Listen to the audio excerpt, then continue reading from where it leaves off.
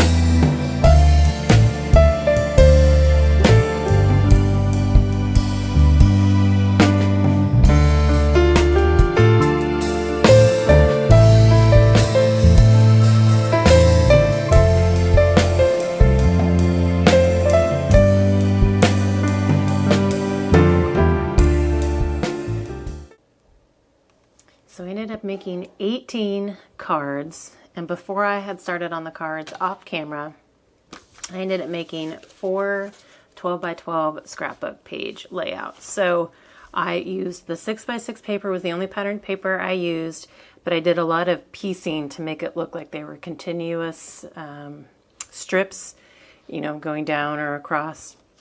And then just brought in some embellishments from my stash to decorate them up. These are all our Macy from 2019. Macy passed away this year, so this was kind of cathartic to go through and scrapbook the photos of her before she became all cinnamon sugar. She was still more brown and red back in 2019. So again, this strip was kind of pieced together, but then I just used 2 6x6 pieces kind of square on that one. This one I took a 6x6 and just cut it at a diagonal for something different, and then used strips of the patterned paper. And then this one, again, I have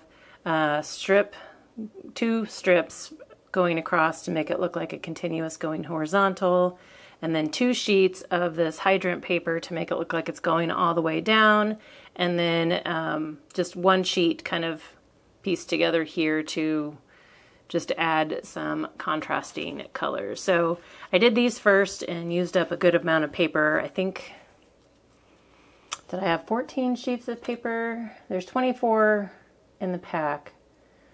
I think I may have had 14 left after this. I don't know, I don't remember, like 14 or 16, something like that.